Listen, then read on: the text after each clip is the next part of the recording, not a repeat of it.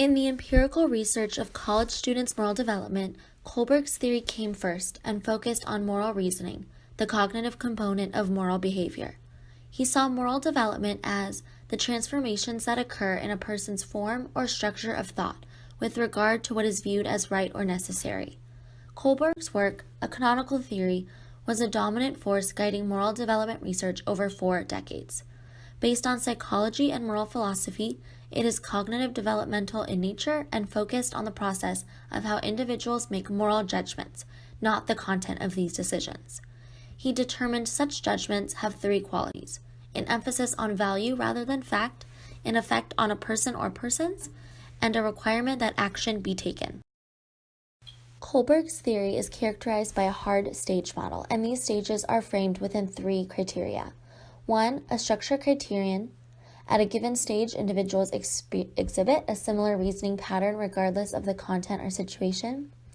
2. Sequence criterion, in which stages appear in a specific order regardless of setting or experience.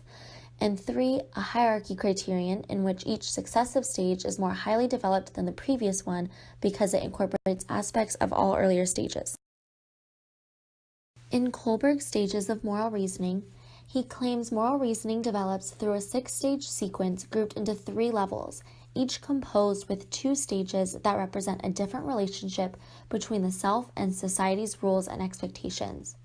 In the pre-conventional level, which includes the heteronomous morality and individualistic instrumental morality stages, individuals have not yet come to understand societal rules and expectations, and their perspective is concrete and individually focused. In the conventional level, including interpersonally normative morality and social system morality stages, it is known as the member of society perspective, in which individuals identify with the rules and expectations of others, especially authority.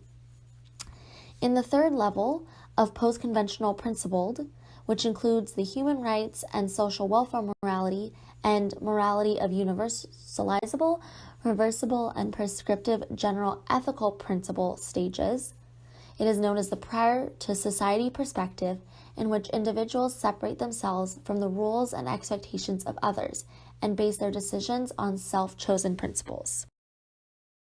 The first theme of critical social theory we'll be looking at in deconstructing Kohlberg's theory is stocks of knowledge, which asks what are the socially constructed assumptions the theory presents, and what assumptions are being made through how the theory describes development.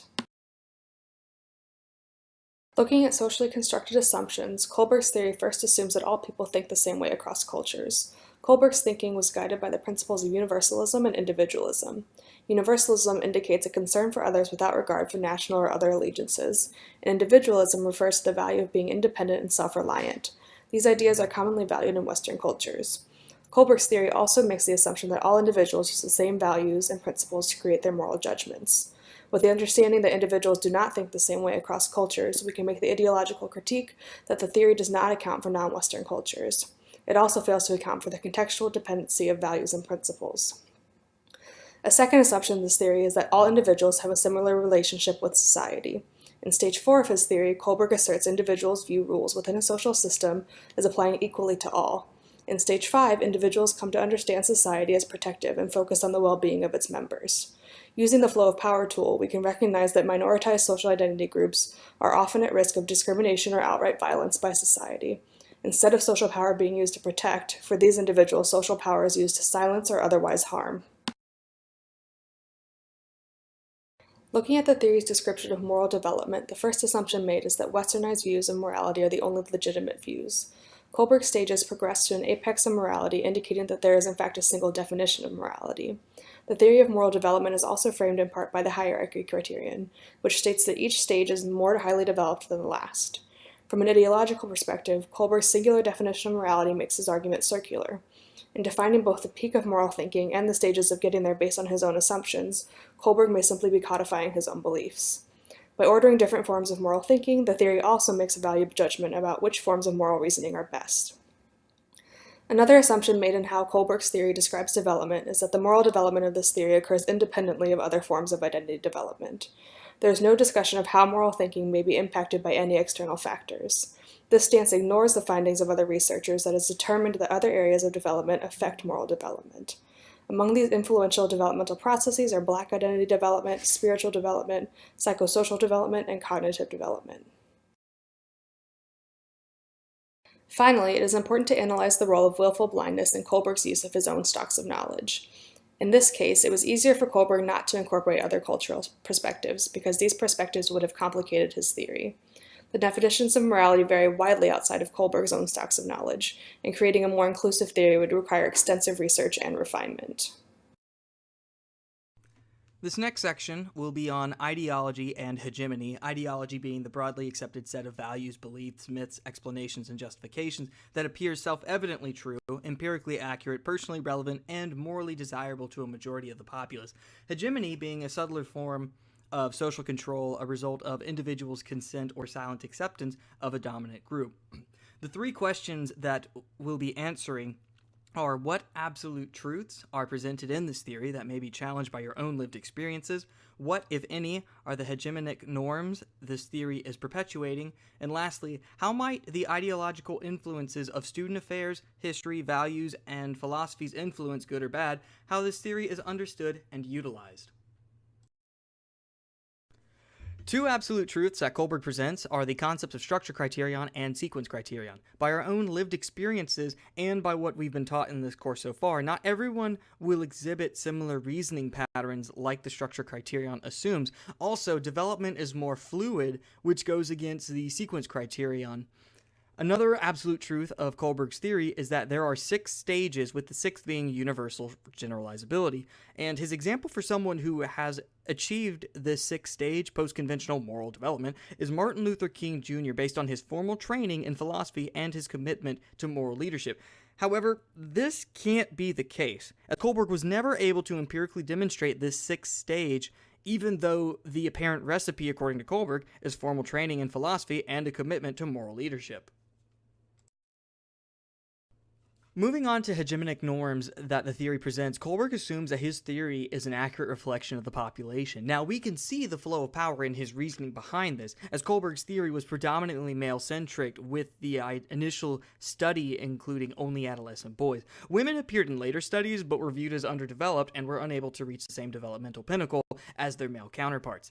Another hegemonic norm that Kohlberg presents is how everyone fits into one of 3 levels, and in each level, one of 2 stages, which, he just commodifies people into easily digestible levels and stages.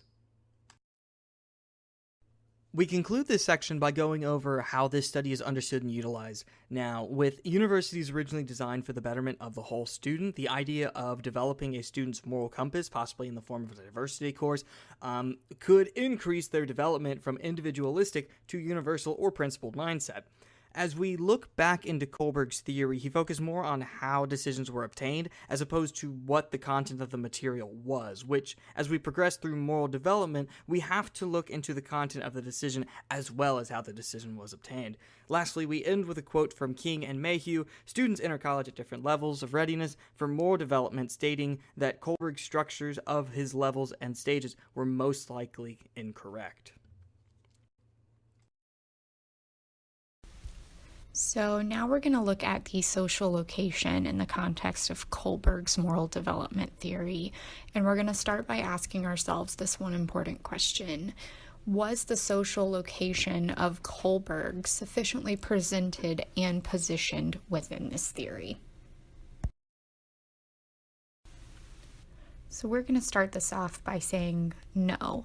Kohlberg's theory is not sufficiently presented or positioned in the context of social location. Our reasoning behind this is that, first and foremost, Kohlberg puts moral development directly tied to higher intellect. This, in conjunction with his use of a hard stage model, indicates that you need one stage in order to get to the next. A big issue that we have with this is that it puts the minoritized groups within our society at a higher risk of not maintaining moral development due to their lack of access to the resources it takes to build intellect and thus build upon these stages. Now we're going to ideologically critique Kohlberg's social location within this theory. So we're going to start by Kohlberg's meaning of the word moral and the assumption that everyone defines moral in the same way, and also the assumption that basic social welfare is the end goal for every person within his moral development theory. The second point we're going to make is the recognition of power, privilege, and oppression as a necessary step in order to advance in moral development. So an oppressor or an oppressed person must recognize where they are in society in order to advance, which we find problem with. The last thing we're going to see is that stage 6 was never actually realized in practice. So this basically means that even though this is a stage-based model, Kohlberg was actually unsuccessful in empirically demonstrating the existence of a stage 6. So it was never actually tested all the way through. However, he provides that in order for his entire model to make sense, a stage 6 is actually necessary and must be an end point to it. So here we're going to use Dugin's definition of power to demonstrate flow of power throughout the social location of Kohlberg. So Dugin's definition states, those with power shape knowledge, and knowledge reinforces and shapes power, often contributing to a dominant narrative that comprises a particular language and a distinctive worldview, in which some things are regarded as inherently more important or true than others. So I really want to put emphasis on that word important. And we use that in our next point, which is to say that intellect is necessary for moral development. This is something we mentioned earlier.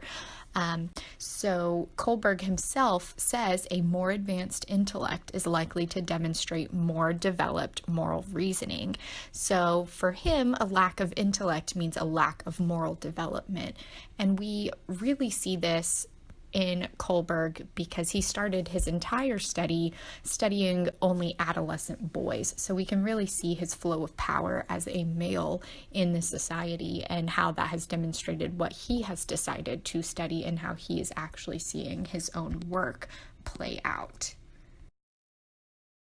While Kohlberg's theory is classified as a canonical one in which theories to come decades later were still building upon his framework, the additional research and building upon was a result of the problematic areas and deficits within his research.